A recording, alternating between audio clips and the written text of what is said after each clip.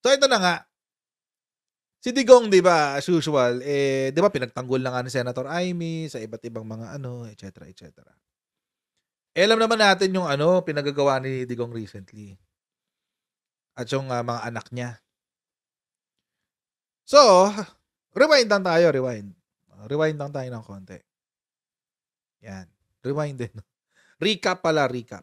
So, nag-umpisa 'to nung Sunday 'no, nung tinawag niyang bangag si PBBM. Nung tinawag niyang bangag si PBBM. Drug addict daw.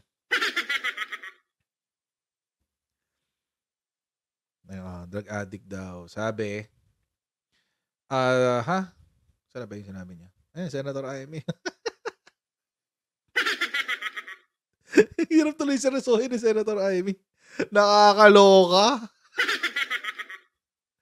Saan na ba? Ano ba sinabi niya? Ayan, ito. Nung ako mayor, pinakitaan ako ng evidence ng PIDEA. Doon sa listahan, nandoon yung pangalan mo, Marcos. Ayaw kong sabihin yan kasi magkaibigan tayo. Wow. Lakas maka-gaslight ni Digong, no? Napilitan lang ako ilabas to kasi ikaw kasalanan mo to eh. Gaslight. Wala namang ginagawa sa kanya yung mama. Yan. Magkaibigan tayo eh, pero napilitan ako dahil winawalang niya mo ako. Kung di man magkaibigan, magkakilala. Ikaw pumapasok kayo ng alanganin. Alanganin saan? What? Sabihin mo na lang kasi. Ayun. Mr. President, baka susunod ka sa dinaanan ng tatay mo. Diyan ako takot. Ayoko mangyari sa iyo yan. Ako lang nagmamakaawa kasi it will divide the nation at madugo itong panahong to, sabi niya. Tapos, yun, nasa ano daw siya? Drug list. Tapos bangag daw yung presidente. Sabi ni Digong. Tapos sinagot siya ng PIDEA. PIDEA. Sabi ng PIDEA, the PIDEA denied the statement of Duterte about Marcos's inclusion in a drug list. Hindi lang yun, mga kotsero. Hindi lang yun. Pati si Bato de la Rosa, sinabi na hindi rin niya nakita ang pangalan ni PBBM sa kahit anong listahan. Lang pati kaalyado niya, nilaglag siya. Pero alam nyo ngayon ang problema, medyo kawawa rin si Senator Bato kasi ngayon, pati yung mga DDS, pinagtitripan na siya. Kasi bakit daw ganun? Diyos ko. Oo, nilaglag siya ng sarili niyang tao. So yun. Asan na ba yun? Teka, hindi ko na isama dito. As usual, tayo muna ay magsa-shoutout sa kaibigan nating Zedway. Kung kayo ay nasa US, UK, Canada, Italy, France, Spain, Ireland, and Belgium, may pwede na kayo magpadala ng inyong mga remittances sa Pilipinas gamit ang Sendwave. Gagawin nyo lang, i-download ng Sendwave app, gumawa kayo ng account, lagay nyo ba ang account details ni John, at pwede na kayo magpadala sa GCash, Cash Pickup at iba't ibang mga bangko sa Pilipinas.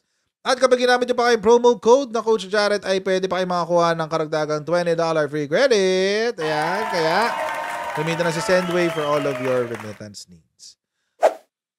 Ayan, Marcos not in narco list, sabi ni Bato. No idea daw siya. Wala akong nakita. May mga chismis lang, pero sa aking mga listahan nung ako ay Chief PNP, wala akong nakita.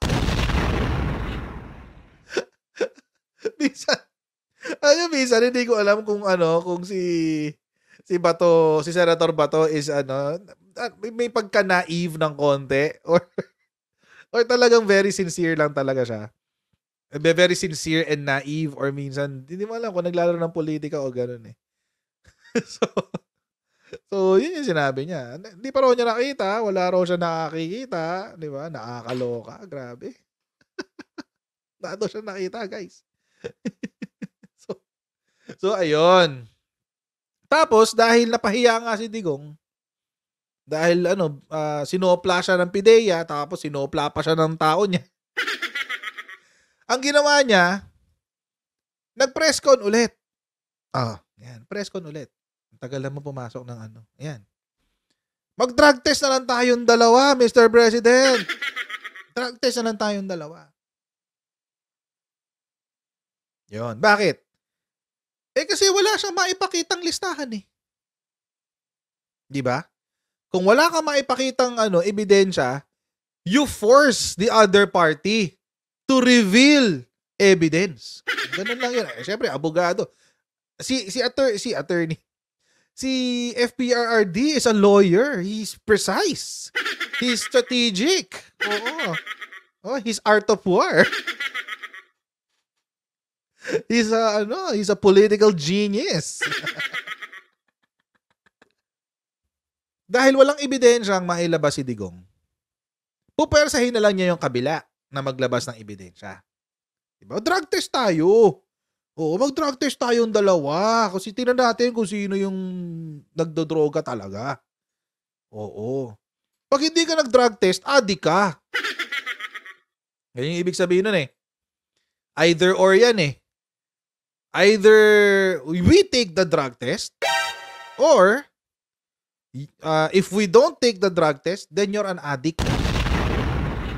Ganon. Yan ang ibig sabihin. Hindi pinapatulan ni PBBM. Bakit? Simple lang. Art of war din. Hayaan mo siya. Hayaan mo siya mag-iingay. Dahil one of these days, meron siyang sasabihin na magkakamali din siya. So, yun na nga. Nangyari. Pumalya na siya. Eh. So, wala nang hindi na siya pinapansin. Tapos, nagsalita pa siya na Duterte wants a separate and independent Mindanao. Nakakatawa mga kochero kasi may mga nakita ako ng mga blogger with a B, blogger with a B, na sinasabi nila na political genius talaga si Digong kasi pinapakita niya na galit na siya. Na dahil napakawalang hiya ng administrasyon na to, willing siyang ihiwalay ang Mindanao para lang hindi mabahiran ang Mindanao. Ganyan magalit ang mga Duterte. Tapang at malasakit. Ganon. Ganon kasi yung drama. Kaso nga lang, anong sinabi ng Bangsamoro? Mag-isa ka dyan. Niwalay ka mag-isa mo. Anong sabi ng mga kongresista na hindi parte ng Davao Region? Bahala ka sa buhay mo. So mga kochero, it seems na right now, kitang-kita na ang mga Duterte wala talagang kapangyarihan. They've lost their influence. Kitang-kita. It's very obvious. Alam nyo, dati, hindi mo pwedeng ganyanin si Digong. Dati hindi mo pwedeng i-bash. Pero ngayon, wala. Alam nyo kung bakit? Simple lang naman yan eh. Hindi na siya presidente. And because he's no longer president, he doesn't have the influence that he used to have. Ang problema, mga kochero, umaasta siya as if siya pa rin ang presidente. May nakita pa akong isang post. Post lang naman. Sabi niya, ang hindi raw sa isang bagay daw na hindi mo mapupulaan kay Digong, yung kung ano daw yung ibinabash ng mga tao sa kanya, nauna nang nanggaling sa kanya. At kahit na siniraan na ni Digong yung kanyang sarili noon pa man, pinili daw siyang mahalin ng mga tao. Yun.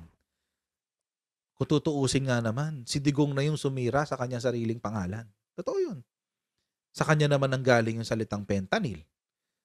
Sa kanya rin nanggaling yung salitang nagmamariwana siya. Sa kanya galing yun.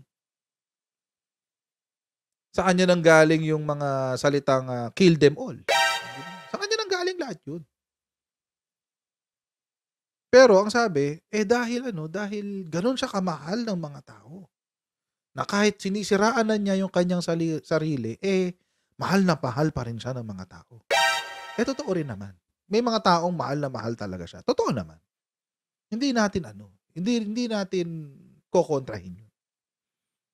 Pero nagpapatunay lang yun, mga kakutsero, ng isang katotohanan. Love is blind. Imagine, siniraan na niya yung sarili niya sa'yo. Nagpakita na siya ng totoong kulay niya, mahal mo pa rin. But on a serious note, it seems, mga kakutsero, itong mga pinaggagawa talaga nito ni Digong are signs of desperation. I don't usually use si Leila de Lima as reference. Hindi ko siya ginagamit as reference. Usually, binabatikos ko pa nga itong mga dilawan na to. Kaso nga lang, mukhang dito sa punto na to, tama siya. Kasi, kaya ako na-topic to dahil sa sinabi ni de Lima eh. Ayan, sabi niya. A power play, that's how former Senator Leila de Lima described the recent political bickering between the so-called Uniteam coalition. De Lima says the tirades fired by the Duterte camp against President Marcos were acts of desperation amid fears of losing their grip on political power. It's parang an act of desperation yung mga pangyayari, lalo na nung linggo, yung mga narinig natin, ang mga maarang na salita na naman, na yung very combative, na, Duterte did not mince words nung kanyang speech nung linggo, ay an act of desperation na in the hope na malarali nila ulit yung kanilang mga supporters both inside and outside government na para ma-prevent lalo na yung sa ICC. Kasi dyan talaga pinakatakot si Mr. Duterte. At saka yung yung para mapalitan yung system of government na mawawala na nga sa kapangyarihan sila. Kasi magiging irrelevant na yung posisyon ng Vice President kung sakasakali.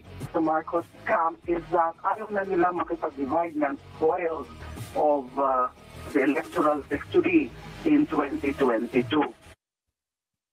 De Lima adds the breakup between the two camps is always meant to happen.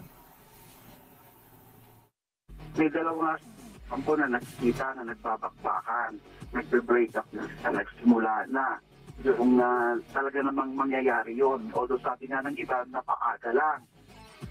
Dahil nga it was just a coalition of for convenience. Kaya actually, hindi ako naniniwala doon. Dito hindi ako naniniwala na this is na yung unity was a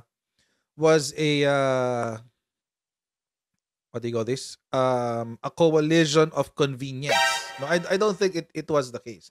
I think it started yung unity team, it started with the right motives. Kaso nga lang, wala politics. Politics Tutuloy natin. Kaya natural lamang na hindi talaga tatagal. Nararamdaman ng mga Duterte na naaalis na sila, na disenfranchise na sila sa center of power. May mga developments o may mga ginawa yung BBM administration at ginagawa ngayon sa tingin nila na lalo silang mawawala sa poder. Kasi sa tingin kasi sa sarili nila yung Duterte is since nagkaroon na ng arrangement noong 2022, nag-coalesce sila para mas malakas yung kanilang kandidatura against the VP Lenny Cortez, ay parang rumerenta lang sa kanila yung mga Marcos. So, para rumerenta. Para pag kasi susunod na nga si Sara sa 2028. Ngayon may pangyayari na nawawala, lalo na kung mangyari nga yung shift to parliamentary system. Rumerenta? Ano yung bahay? Buo pa ng bahay. But anyway, I would agree na itong political stunts na to ni Digong are signs of desperation. I would agree. Na nag-a-accuse siya ng narco list. Kasi wala kang maibato Ano ibabato mo? Diba? Signs of desperation yan. Actually, and I don't think it's just Digong Duterte. And I don't think it's just Duterte. It's actually the political forces behind Duterte. It's not just him. Hindi lang siya yan. Sino-sino ba yung political forces behind him? GMA. China. So it's not just him. Desperado sila kasi nawalan sila ng control sa politika. Nawalan sila ng control sa politics. Or nawalan sila ng control sa kapangyarihan. Yun lang talaga yun. Kaya they became desperate. It's not just him. Si Digong, they're just using Digong. Ginagamit nila kasi nung panahon kasi ni Digong, he became, whether we like it or not, naging simbolo siya. Naging simbolo siya ng isang leader na makamasa. Parang magsaysay. Ganon. Naging ganun siya. Whether we like it or not. So, whether we like it or not din, meron talagang hila si Digong. Magkakaroon talaga siya ng impluwensya. So, it's not just him. Hindi lang si Duterte yan. It's Duterte and the political forces behind him. So, the people immediately coming to mind are the people of GMA. So, yun yung unang pumapasok sa isip ko. And China. So, doon sa parte na yun, I would agree sa sinabi ni Leila de Lima. Doon sa iba, hindi na. Na the unity team was a coalition of convenience para lang ibagsak si Leni Robredo. Alam nyo, si Leni Robredo, wala siyang appeal. Ang appeal lang niya nasa Dilawan. Doon lang. And even if tumakbo siya for president at walang PBBM at walang VP Sara, most likely matatalo pa rin siya. Matatalo pa rin siya. Kasi ang iboboto ng tao, may option pa sila. Ang iboboto ng tao either si Isko, which is also topping the surveys, si Isko or si Lacson. So she is not the first choice, si Leni Robredo. She's not the first choice. So I don't think na yung alliance was for the purpose lang of beating the Dilawan sa election. No, it's not. I think the alliance was sincere. Sincero siya. It's just nagka-problema kasi ang aga nyo kasi bumiri. Alam nyo, ang aga kasi bumira nitong partido nila Digong. Sobrang aga. Sobrang aga. Naalala ko pa yan mga kotsero. Ang una nilang pinagtripan, National Security Council. Naalala nyo yun? Nung pagka-appoint pa lang kay Clarita Carlos, binira siya ng mga di ba, SMNI. Sinabihan pa siya ng komunista, etc., etc. Naalala nyo yun? Oh. Sumabog yung sugar issue. Nung sumabog yung sugar issue, yun, sinalsal uli ng mga DDS. Yung sugar issue. That was the first 2 months. First 2 months lang yan ng administration. And during that first 2 months, may mga nakausap ako. Na intayin lang 2 years. And then yung GMA playbook. After nun, the sugar issue, sabi, naalala ko pa, di ba? Nung panahon ng sugar issue,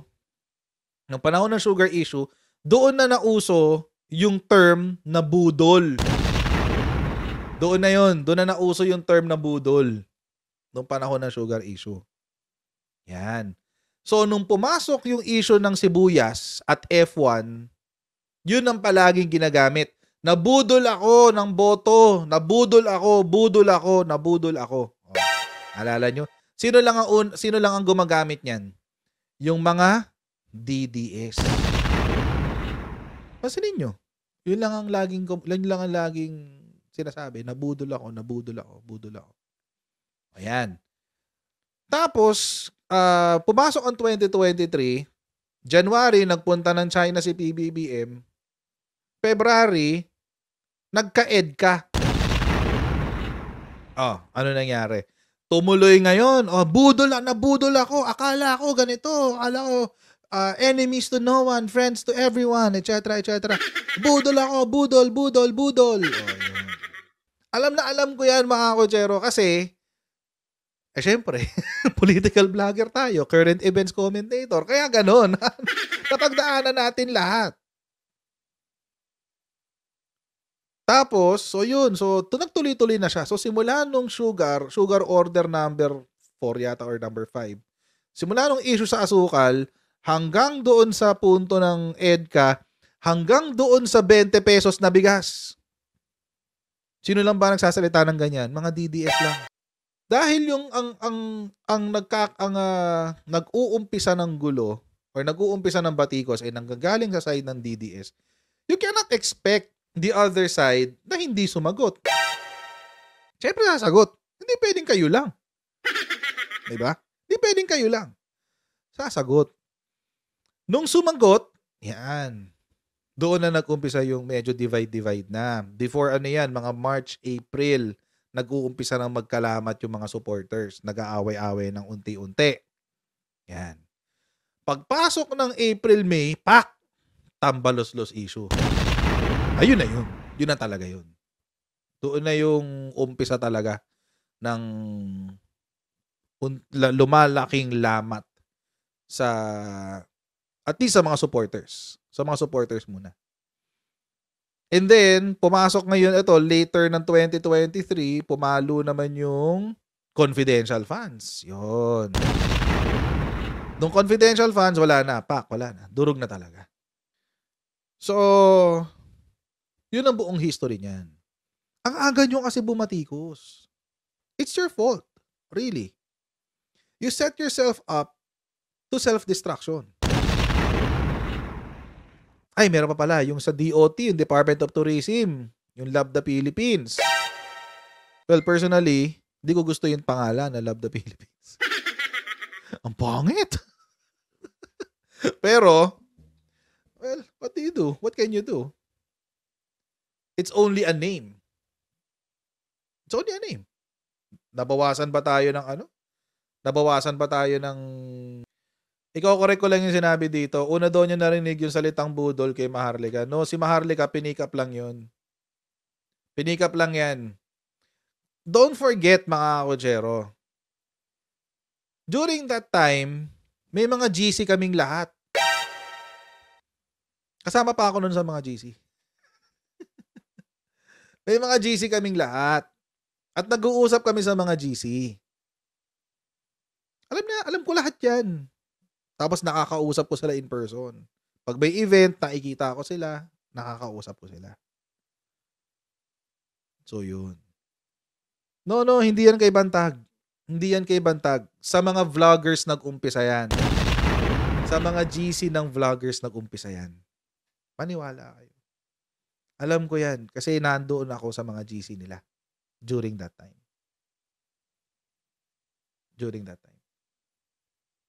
So alam ko yan.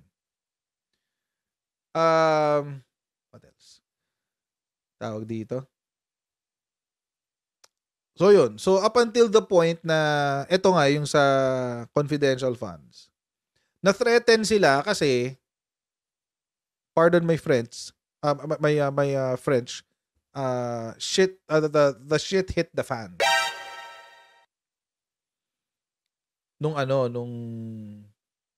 Nung time na yon, yung sa confidential funds. Kasi before, although nag-aaway na yung mga supporters, hindi yun umaakyat sa level ng mga actors. Hindi yun umaakyat sa level nila Senator Amy, PBBM, nila Martin Romualdez, ni VP Sara. Hindi umaakyat yun doon.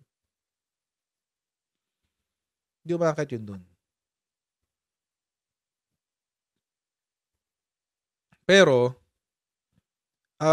this time, nung pumutok yung confi funds na issue, yun. That was the sign.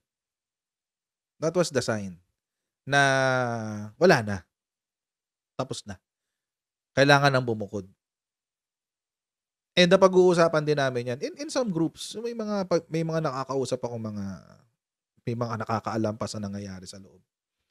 May ganun.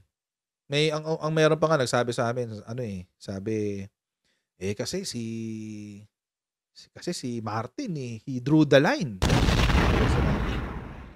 Hindi ko sabihin kung sino. Pero yun yung sinabi. So, napilitan ngayon yung mga tao to take sides. At that point, sabi ko, bahala kayo. Ayoko kay Martin eh. So, hindi ako magka-side kay Martin. At the same time, nagdududa na ako kay Sara tsaka kay Digong kasi pro-China. So, parang ayoko ng China. Ayoko ng China. Bahala kayo. That's when I decided na teka, lalayo muna ako sa ganito. Ayoko na nangyayari. Up until the point na nauso yung rumors ng distab. And this was really recent, yung distab. Doon pumutok na yung distab. Sabi ko, bahala kayo. Wala na, hindi na.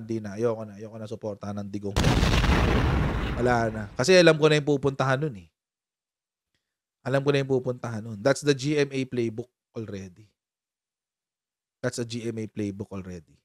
So sabi ko, bahala kayo, di ako makikijoin dyan. Bahala kayo. So sabi ko,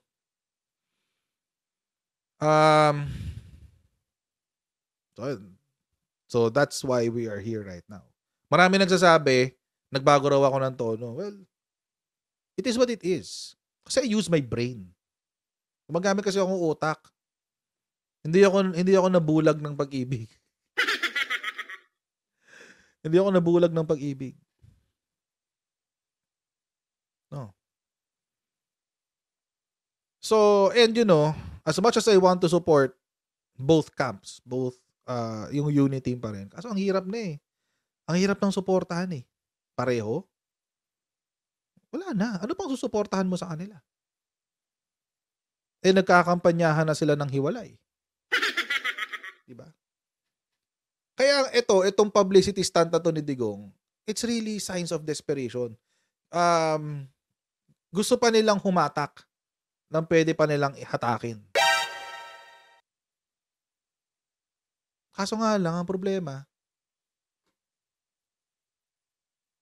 eto daw, support Sara rally kanina.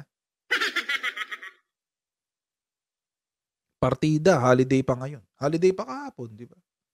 Ngayon pala. Tsaka next week, holiday. So, tingnan natin kung ulitin nila yan next week. Pero next week, holiday.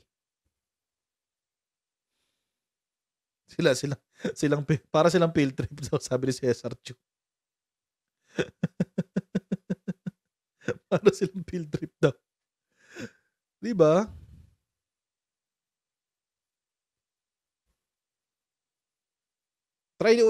I-try uli nila next week. Next week, holiday. May holiday next week, 2 days yun. Thursday, Friday. Try uli nila next week. Baka mas maraming pumunta.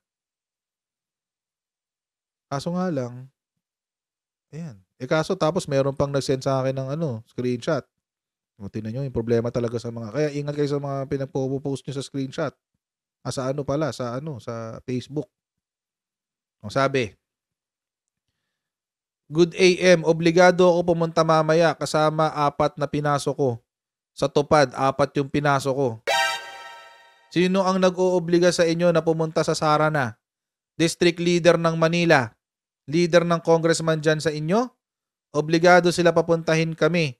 Sino nga ang nag-utos? Pro Sara ba siya? Hindi mga tao ni Sara. Sinabihan leader namin. Kanino mga tao nagsabi sa leader nyo? Sabi. Sinend lang sa akin. Wala mga pangalan. Pero syempre, baka conspiracy lang to, syempre. Hindi natin alam kung totoo ba to o hindi. Pero yun. Sara na. February 3, Saturday. Isigaw ang suporta para kay BP Sara. Yun. So mga kutsero, I don't know. May hatak pa ba sila? Naalala ko si Malutikia, sabi ni Malutikia, May nabasa ako isang article niya, sabi, minamaliit daw yung suporta ng mga bumoto kay VP Sara. Sa survey naman daw, si Sara yung leading noong 2021. Pinuntahan ko yung survey. Pulse Asia ang kinuha ko, hindi yung sa kasi syempre, alam nyo na, baka biased. Diba? So, yung kay kinuha ko kay Pulse Asia, para hindi sa Publicus. Syempre, makadigong yung mga yun. Ito yung survey. 2022 elections, first choice presidential preference. Number 1 nga naman talaga si VP Sara. Totoo yan. Number 1 si VP Sara. 20% siya, 15% si PBBM. Totoo naman. So, lamang siya ng 5%. So, let's acknowledge it. It is what it is. Okay. Pero, mga kotsero, sa Vice President,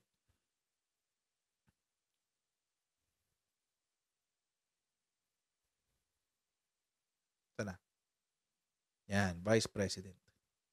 Sa Vice President, malakas, meron ding botante si PBBM for Vice President. 12%. Okay. Let's assume na ibang mga tao to. Ibang tao sila.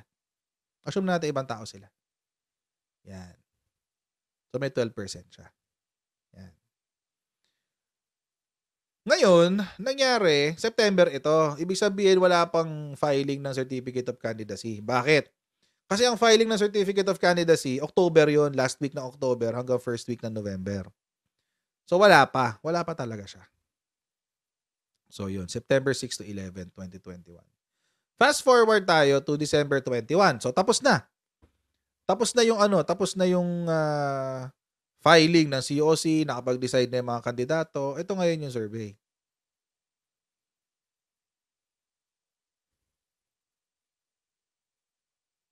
$53%. 53%. Si PBBM. Okay. 53%. Si VP Sara,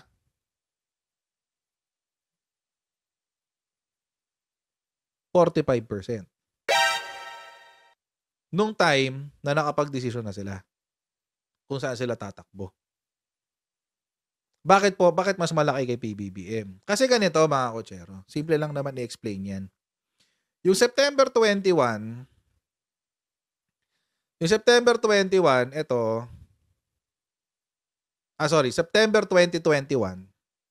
marami ka pang kandidato. 1, 2, 3, 4, 5, 6, 7, 8, 9, 10, 11, 12. Meron kang 12 na kandidato for president. So, yung 100% mo, madidistribute yan. Mahahati, madidistribute yan. Ang totoong DDS lang talaga dito, yung talagang Duterte na Tatay Digong, ito, 3%. Yan lang yun. Bakit? Kasi lahat ng sinabi ni Digong tama. Ito yung mga DDS na ang mindset nila, lahat ng sinabi ni Digong tama. At dahil in-endorse ni Digong, si Bongo, o di sa kanya ako boboto, 3%. Ito, iba pa to sa 20% ni VP Sara. Iba pa yan. Okay. So ngayon, mga kotsero, ano nangyari? Noong eleksyon, walang Grace po. Walang Cayetano. Walang Bongo. Walang Trillanes. May Bello. Walang Bello kasi Vice President siya tumakbo eh. Walang Gibo. Yan. Yung mga yan, yung mga nawala dyan, malamang sa malamang, yun ang dumagdag kay PBBM. Malamang sa malamang. And take note, may mga tao na siya ang choice bilang vice-presidente, 12%. So, matik, etong mga tao na to, matik yan, lipat na yun kay presidente. Assuming na iba-ibang mga tao tong mga to. Yun yung assumption. Kaya, mga kotsero, sa 2021, December, makikita nyo, si PBBM, sumipa ng 53%. Laki, di ba? More than half agad. Because of that. Ngayon, meron ba ditong mga botante na galing sa 20% ni VP Sara? Most probably meron. Most probably meron. So, ibawas mo na yung 20% dito ni VP Sara. 33%. So, even without VP Sara, mananalo si Presidente. O, sabihin na natin, let's say sumali si VP Sara. Sabihin na natin, sumali si VP Sara. Kumandidato siyang Presidente. Using the same numbers. Using the same numbers. Ilan lang makukuha ni VP Sara? 23% at most? Yung kay Bongo, tsaka yung sa original niya na 20%. 23%.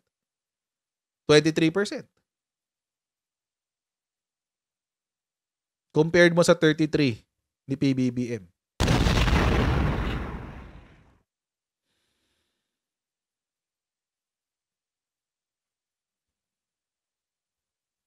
Ganun lang kasimple yun.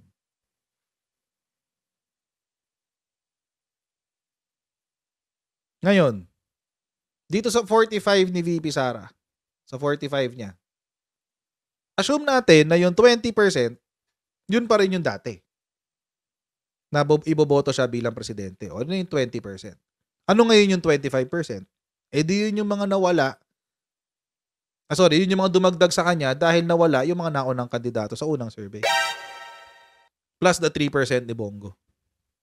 Yun na yung 45.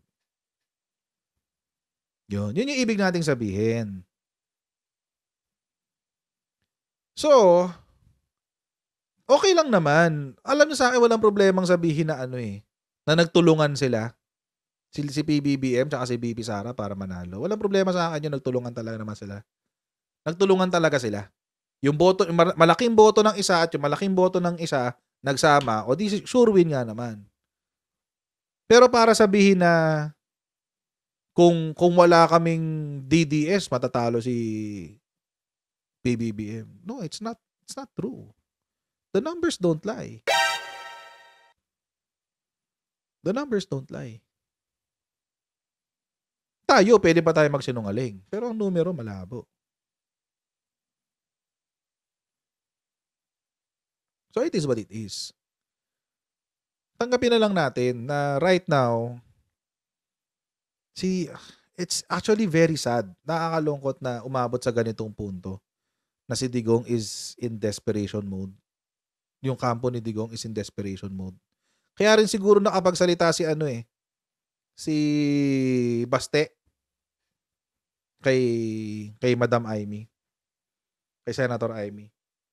Kaya siguro siya nakapagsalita ng ganun kasi iniisip niya, eto namang si Amy Marcos ang sumisira sa atin . Kaya gusto na niyang ilayo si Senator Amy. Kasi siguro sa isip niya, hindi, ito yung sumisira sa atin, to si Amy, daldal kasi ng daldal . Baka ganun. Hindi ko alam, baka lang naman. Kaso nga lang, ang pangit lang it's not a good look for former President Duterte na ang imahe has been rooted on tapang.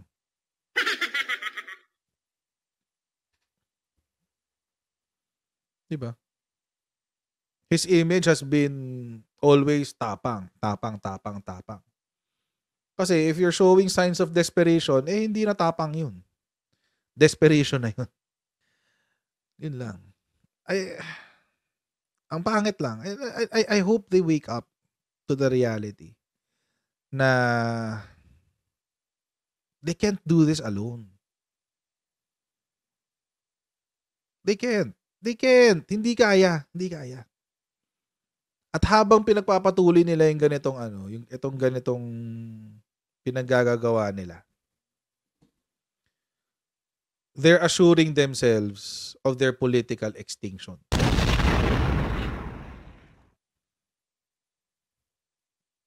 They're assuring themselves of their political extinction. Itong mga Duterte. They should play their cards right ngayon. Kailangan they should play their cards right. Kasi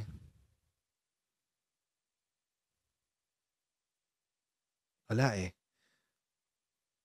Wala sa kanila yung wala sa kanila yung tao. And actually nakikita na ngayon yan ng mga kakamping. Alam niyo kung bakit? Meron nung nakitang Twitter. May nag-post si Kiko Panggigilan. Sabi ni Kiko Panggigilan, all due respect, kasi yung post is this. Something about tama nga kami, parang ganun. Tanga kayo, tama nga kami, parang ganun yung ganun. Yung parang kasi tungkol sa unity team na nag-aaway na raw kasi. So yung mga kakamping sinasabi nila, ito? Tanga kayo, tama kami, yung sinabi. Tapos si Kiko Panggigilan, sabi niya, with all due respect sa gumawa nito, wag tayo magkaroon ng ganitong klaseng mindset, sabi niya. Kasi kailangan maging inclusive tayo and welcoming. Yun ang sinabi niya, parang ganun. Or something to that effect, yung kanyang sinabi. Alam niyo ba't niya sinabi yun? Kasi this is their time to shine. This is their time to shine. Magkaaway yung dalawa eh. Magkaaway yung dalawang higanting grupo eh. And pag magkaaway sila, what do? You don't correct them. You let them make their own mistakes. Huwag mo silang sabihan na mali kayo, tanga-tanga nyo, ganyan. No, let them do their thing. Let them do their thing. Para magsiraan sila. Ganun yun. Para magkasiraan sila. They know what they're doing. Ayan, si De Lima. Ganun ang ginagawa niyan. Sinong target nila? Hindi yung mga hindi yung mga loyal kay Digong, hindi yung mga loyal kay Bongbong. Hindi yun ang target nila. Ang target nila yung mga neutral. Yung mga walang pake sa politika. Yung mga madali pang mabola kasi hindi nila alam kung yung complexities ng politika sa Pilipinas. Malaki-laki yun Malaki-laki yun. So, yun yung tinatarget nila. Tayo, hindi na nila tayo matatarget. Kasi, aware tayo eh. Alam natin yung pinag-uusapan, alam natin yung kwentuhan, hindi nila tayo matatarget. Ang target nila yung mga bagong boboto. Yung mga hindi nakakaintindi. Yung mga hindi alam yung nangyayari sa bansa. Yun ang target nila. Yun ang sinasabi ni Kiko Panggigilan. Huwag niyong awayin yung kabila para maraming maakit sa atin. Din yun. That's it, basically. At malapit ng 2025. So, again, if the Duterte camp don't play their cards right, it will spell political doom for them. And I will dare say their political extinction.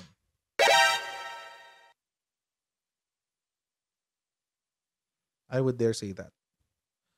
So, for their own good, sana maipag-ayos sila sa mga Marcos. Etong ginawa ni Baste, it's just another nail in the coffin. So, sana maayos nila yan. Sana. Nakakaloka.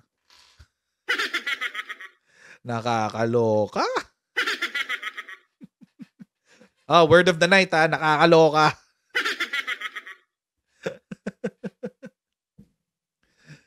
So there.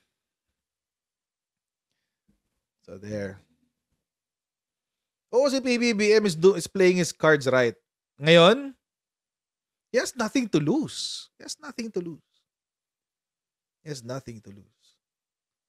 Galing eh.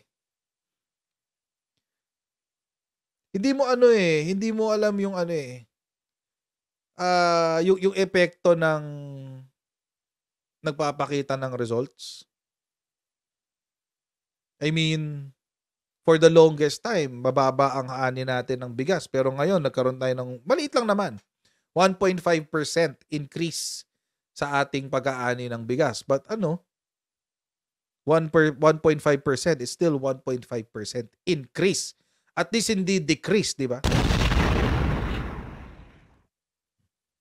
Ganda yun. So, sabihin, yung mga policies niya on agriculture is umubra.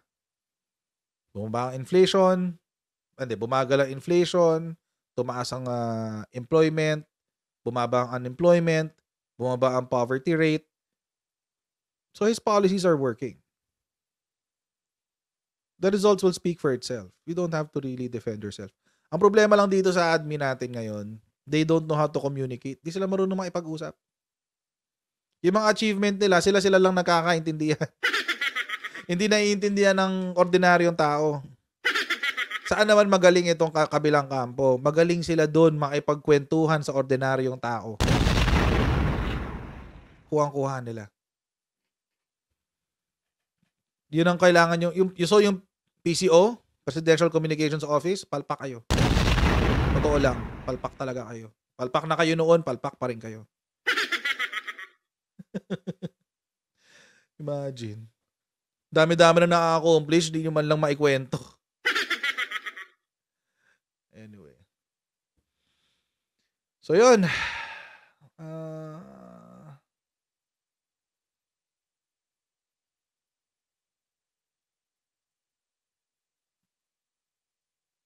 Huli sa balita lagi. Diba?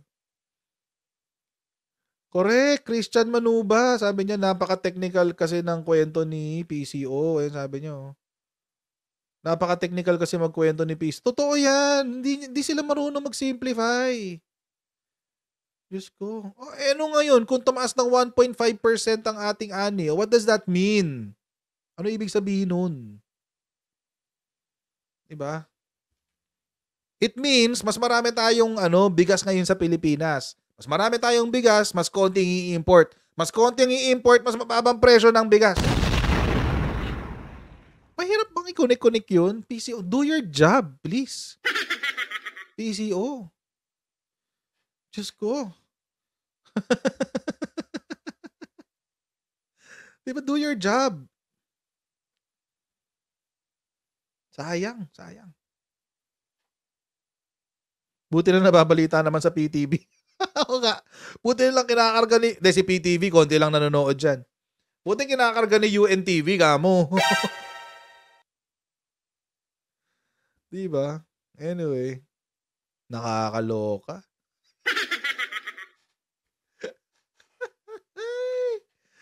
Anyway. So, yun. Hanggang dito na muna tayo, guys, ha. Samahan din na tayo mag-shoutout, please. Okay lang ba? Sa ito na lang muna ko eh. May prayer rally sa Cebu, Feb 17. Kasama daw pamilya Duterte. Okay. Enjoy. Diba? Enjoy. Diba? Good job. Good job for them. Sana maging totoong prayer rally na. Diba? Hindi yung political rally pala talaga. Anyway, PCO, do your job. Do your job. Sayang pasahod namin sa inyo. Please, do your job. Anyway, guys, word of the night, nakakaloka. Ayan. So, hanggang dito lang po muna tayo for today, mga kutsero. Okay, maraming po salamat sa 2,000 plus na nanonood sa atin. Grabe talaga kayo. Ibang level talaga kayo ng support. Grabe. Grabe kay John. At maraming salamat nga dyan, ha? At huwag niyo pong kalimutan mag-subscribe sa ating Coach Jared YouTube channel. At pa-follow na rin po tayo sa ating Facebook page. And I'll see all of you in our next Coach Jared Live. And God bless you. See you next time, guys. Bye!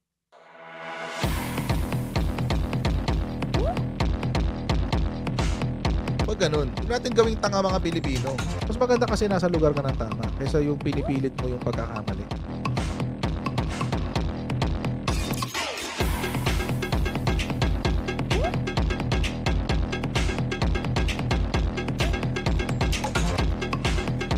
Are they willing to go that far? Hindi makakalimutan ng Pilipino yan hanggat di nasasagot niya.